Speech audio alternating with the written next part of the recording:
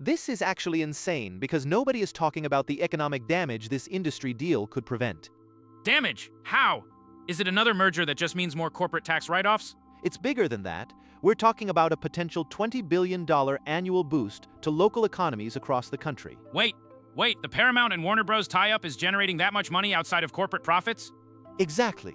The incentives are built into the physical infrastructure, the theaters, the supporting local businesses. So they're arguing that the synergy isn't just content, it's regional job creation? Precisely. When you consolidate distribution under one massive umbrella, those local revenue streams get choked off. But if the whole deal is facing antitrust scrutiny, doesn't that mean regulators are worried about market monopolization, regardless of the money flow? They are, which is why we have to look at the mechanism. The real benefit isn't just more movies, it's more consistent local traffic and reinvestment. How does a deal structure actually translate into $20 billion in community spending? That seems like a massive stretch. It's about commitment, Rick. They are proposing dedicated, sustained investment in reopening and modernizing specific city markets. So the studios aren't just buying each other, they're promising to be good local employers afterward? Yes, and that involves far more than ticket sales. It includes educational outreach, specialized screening series, and partnership with local arts groups. That's a huge shift from the usual narrative of maximizing profit margins at the expense of community culture. It fundamentally changes the risk profile for cities that rely on cinema. They become anchor institutions again. But what if they only commit to certain friendly markets, leaving others behind? Isn't there a geographical bias built into the deal? You hit the nail on the head.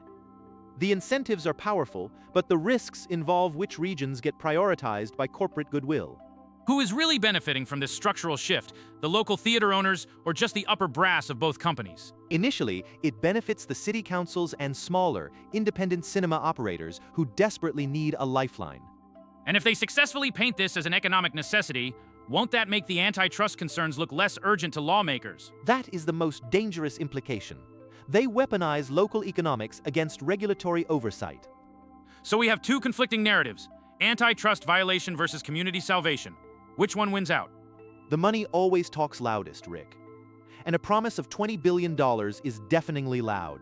This means the real fight isn't over market control. It's about who gets to define what economic health looks like in modern entertainment. Exactly. Because if they succeed, local economies become entirely dependent on corporate goodwill, which is a shaky foundation.